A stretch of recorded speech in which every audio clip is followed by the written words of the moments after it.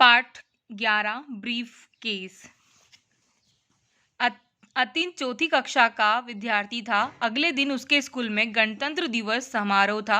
उसे भी सामूहिक व्यायाम में भाग लेना था। अतिन के लिए स्कूल के किसी भी समारोह में भाग लेने का यह पहला अवसर था, इसीलिए वह काफी उत्साहित था। रात को ही अतिन ने अपनी सफेद नेकर कमीज जुराबें संभाल कर रख दी थी। जूते भी खुद ही पॉलिश करके अच्छी तरह चमकाए थे। सुबह रोज के मुकाबले अतिन कुछ जल्दी ही उठ गया था। अच्छा, आज तो हमारा बेटा गणतंत्र दिवस के समारोह में भाग लेगा, इसीलिए जल्दी उठ गया है, माँ ने प्यार से कहा। माँ के कहने पर अतिन कुछ शर्मा सा गया था। अतिन जल्दी जल्दी नहा धोकर तैयार हो गया, थोड़ा सा नाश्ता किया और छलांगे मारता हुआ बस स्टॉप पर पहुंचा। वह रोज सिटी बस से ही स्कूल जाता था। वहां पर उसके दो साथी पहले से ही प्रतीक्षा कर रहे थे। थोड़ी देर बाद बस आ गई। अतिन और उसके दोस्त बस में चढ़ गए।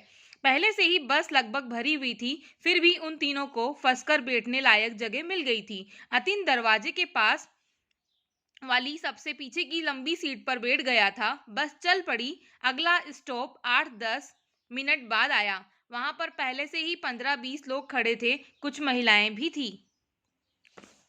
एक 25-30 वर्ष का युवक भी उस समय बस में चढ़ा था। उसके हाथ में ब्रीफकेस था। बैठने की जगह तो थी नहीं। युवक ने ब्रीफकेस पिछले दरवाजे के आगे वाली सीट के नीचे रख दिया था। युवक स्वयं बस में खड़ा था। बस चलने के 5-6 मिनट बाद ही बड़े चौराहे पर लाल बत्ती मिली। बस रुक गई। अतिन तो अपने व्यायाम के बारे में ही सोच सोचकर खुश हो रहा था।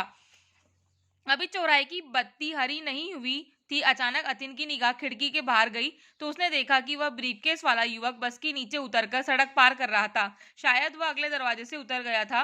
उसने देखा कि सीट के नीचे रखा ब्रीफकेस अभी भी वहीं था। अरे अंकल, आपका ब्रीफकेस! अतिन चिल्लाया तो युवक अनसुनी करके लगभग दौड़ने सा लगा। अब तो अतिन ने जोर जोर से चिल्लाना शुरू कर दिया। तभी हरी बत्ती भी जल गई। बस चल पड़ी।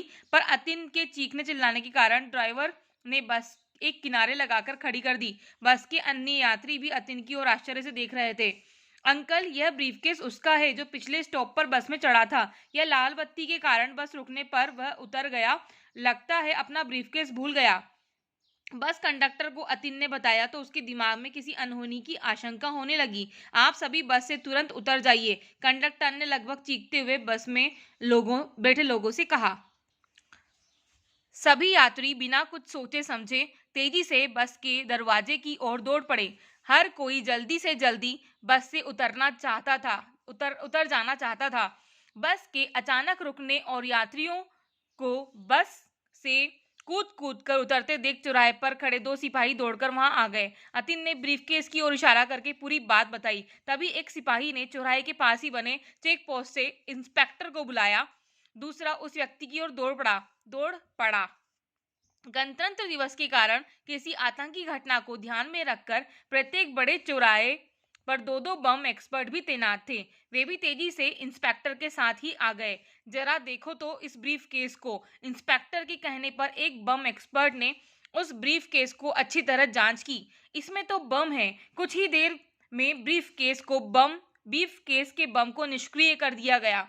सभी बस यात्रियों ने चैन की सांस ली। तभी दूसरा पुलिस वाला उस युवक को कॉलर पकड़कर लगभग घसीटता हुआ वहां ले आया। हाँ हाँ, यही अंकल इस ब्रीफकेस को बस में छोड़कर गए थे। उस व्यक्ति को देखते ही अतिन जोर से चिल्लाया। शाबाश बेटा, तुम्हारी समझदारी के कारण आज एक बहुत बड़ा हादसा टल गया, नहीं तो जाने कितने लोगों की जानें चली जाती।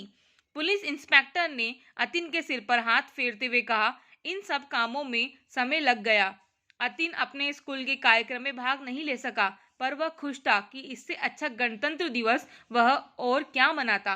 अगले दिन के सभी समाचार पत्रों में अतिन के फोटो के साथ पूरी घटना विस्तार के साथ छपी।